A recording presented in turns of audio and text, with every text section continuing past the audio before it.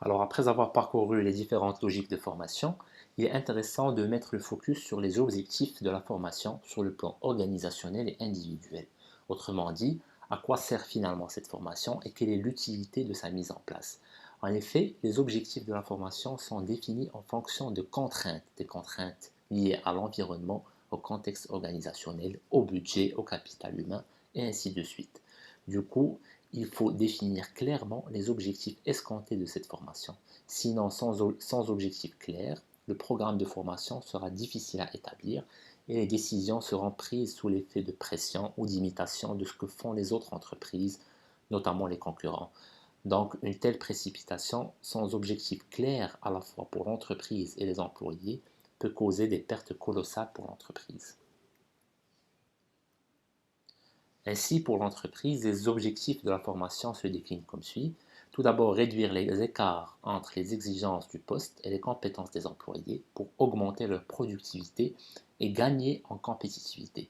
Ensuite, ça permet de rationaliser, d'engendrer un meilleur comportement afin d'éviter les temps morts, d'optimiser le travail, de favoriser des comportements d'innovation.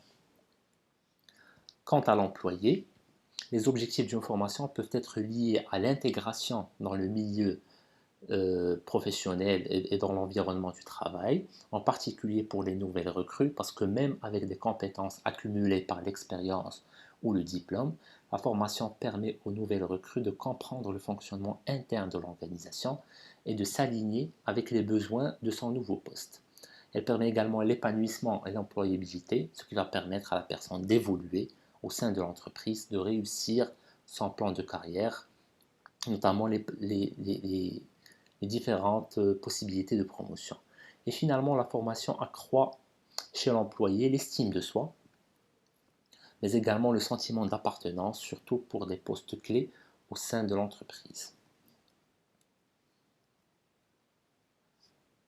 Alors, mis à part les objectifs organisationnels et personnels, la formation permet également d'atteindre des objectifs sociaux de cohésion. En fait, elle permet tout d'abord de développer le dialogue et les échanges impliquant la cohésion entre les membres de l'équipe. Elle permet également de briser les silos entre les services. Les silos renvoient à des services indépendants n'ayant aucun contact avec les autres départements, ce qui conduit notamment à un manque, voire même une absence de communication entre les différents services. Et donc ces rencontres dans le cadre d'une formation, au-delà de l'aspect technique, elles vont permettre de communiquer et d'échanger, ça va permettre aux participants de communiquer et d'échanger avec les autres services. Ça permet également de favoriser l'intégration des nouvelles recrues, comme mentionné avant, et permet ensuite de prendre des initiatives pour travailler ensemble dans le futur, pour organiser des séances de travail en groupe entre différents services. Donc la formation permet d'initier des travaux d'équipe dans le futur. Par ailleurs, toute politique de formation repose sur un plan de formation bien défini qui retrace les actions en amont et en aval de la formation, c'est-à-dire avant, pendant et après la formation. C'est tout simplement le choix des actions de formation à mettre en place. Alors, parmi ces caractéristiques, il est annuel et s'élabore généralement en fin d'année ou sur le long terme, en principe 2 à 3 ans, selon la politique interne de l'entreprise. Du coup, du point de vue légal, l'entreprise est tenue de présenter ce document annuellement, lui permettant ainsi de remplir et de s'acquitter de son obligation légale. Mais en parallèle, pour certaines entreprises, au-delà du respect des obligations, elles établissent leur propre plan de formation stratégique comme étant un outil managérial à moyen et à long terme. Un plan de formation est accessible à tous les salariés. Donc tout le monde doit bénéficier de la formation. C'est un droit pour les salariés et une obligation de non-discrimination. Alors le plan de formation concerne les objectifs qu'on vient de voir.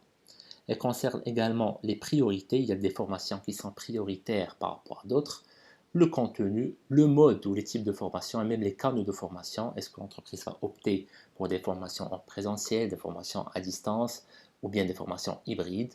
La durée, le calendrier, bien sûr le budget les catégories, c'est-à-dire le fait de cibler les personnes concernées par la formation, et la manière dont les actions seront évaluées. Et voici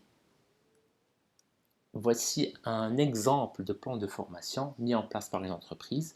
En principe, il est beaucoup plus détaillé, mais là, c'est uniquement un aperçu sur les grands points ou étapes du plan de formation. En fait, d'ailleurs, il n'existe pas de plan de formation type ou modèle universel. Tout dépend des choix de l'entreprise. Donc, il peut aussi bien comprendre 8 étapes que 3 ou 4. Bon, ça dépend de chaque entreprise. Néanmoins, il doit répondre à une logique importante.